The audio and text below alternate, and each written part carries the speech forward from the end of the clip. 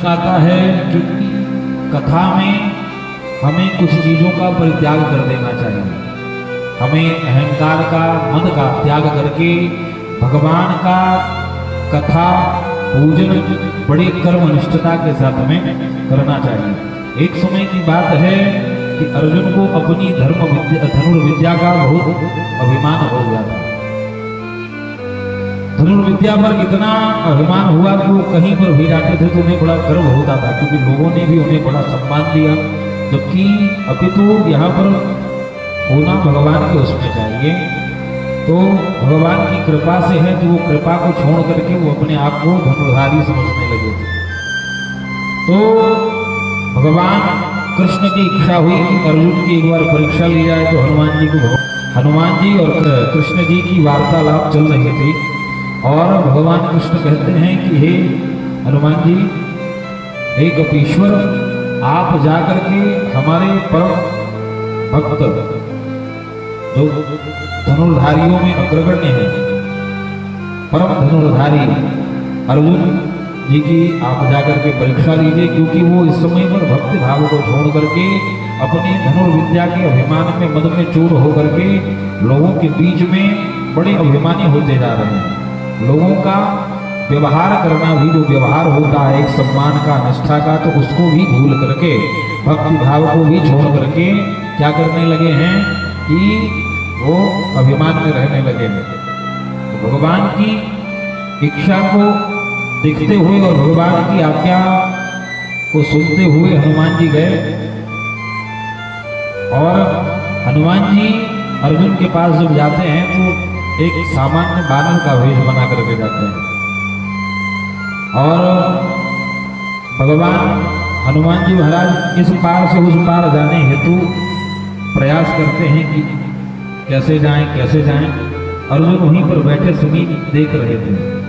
तो क्या करते हैं कि हनुमान जी महाराज समुद्र में जाते हैं और आधी दूर में तैरने के प्रयास करते करते बीच में डूबने लगते हैं। डूबने का प्रयास करते हैं कि हम डूब जाएंगे, माने ऐसा भाव रहता है उनका, तो हम डूब जाएंगे इसमें। हमको देखते हैं कि अर्जुन बचाते हैं या नहीं बचाते हैं।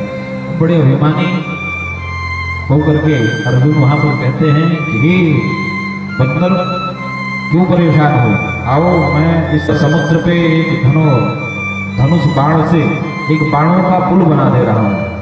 तो भगवान बात करते हैं और कहते हैं कि राम जी ने तो राम सेतु बनाया था, वो भी पत्थर का बनाया था, और ऐसा संभव है क्या कि आप बाणों का पुल बना देंगे? तो भगवान ने कहा, जब ऐसे कहा तो अर्जुन कहते हैं कि बिल्कुल, मेरे लिए कोई भी बात असंभव नहीं है, हर चीजें संभव है, मैं कुछ भी कर सकता हूँ अपने बाणों के आधार पर। तो भगवान की इच्छा हुई कि चलिए देख लेते हैं। तो भगवान कहे बना दीजिए, हमें तो उस पार जाना है, बड़ा अति आवश्यक कार्य है। तो अर्जुन इतने अभिमान में चूर होकर के भूल गए कि ये सामान्य बंदर नहीं है, भगवान हनुमान जी महाराज हैं, कपीश्वर हैं।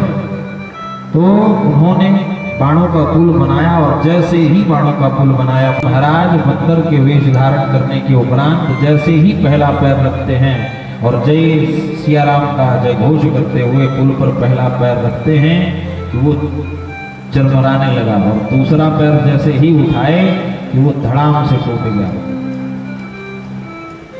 तब अर्जुन को होश आता है और वो भगवान से पूछते हैं कि आप कौन हैं, क्योंकि सामान्य व्यक्ति हमारे इस पुल को तोड़ नहीं सकता है, तो इसलिए हमें आप बताइए कि आप कौन हैं। तब हनुमान जी कहते हैं कि भगवान की इच्छा हुई थी कि आपकी परीक्षा ली जाए, इसलिए हम आपकी परीक्षा लेने आए हुए थे। आपको अपने मार्ग से भटकना नहीं चाहिए, आपको अपने मार्ग में ही रहना चाहिए। ये कथा श्रवण कराने का आशय यह है, समय मेरा कार्य दूसरा है, समय दूसरा है, तो इसलिए मेरा समझाने का आशय यह है कि भगवान की भक्ति कार्य वो करते हैं तो उस समय पर हमें अनिद्रा का त्याग कर देना चाहिए, मद का, अभिमान का त्याग कर देना चाहिए।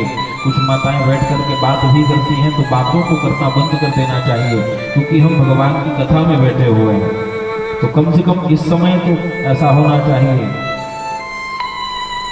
कि कुछ समय ऐसा निकालो, प्रेम कर लो श्री राम से। है ना। तो हनुमान जी के उस बाण वाले पुल को तोड़ने के बाद भगवान की शरण में आते हैं अर्जुन, और उन्हें अपनी गलती का एहसास होता है और वो फिर उसका प्रायश्चित करते हैं और भगवान की शरण में पुनः जाते हैं, भगवान की स्तुति करते हैं। तो इसलिए हम सबसे जो भी स्तुतियां होती हैं तो नित्य प्रति हम सभी जय श्री राम का जप हम सभी को अवश्य करना चाहिए।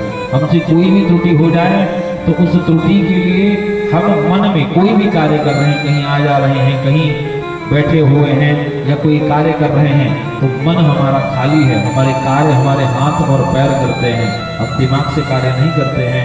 इसलिए दिमाग से मानसिक रूप से नित्य प्रति हमेशा जप करना चाहिए। तो जय श्री राम का सभी लोगों को, किसी एक को नहीं कि मैंने किसी एक को, बस पंडित जी को जप करना चाहिए, सबको जप करना चाहिए। इसी के साथ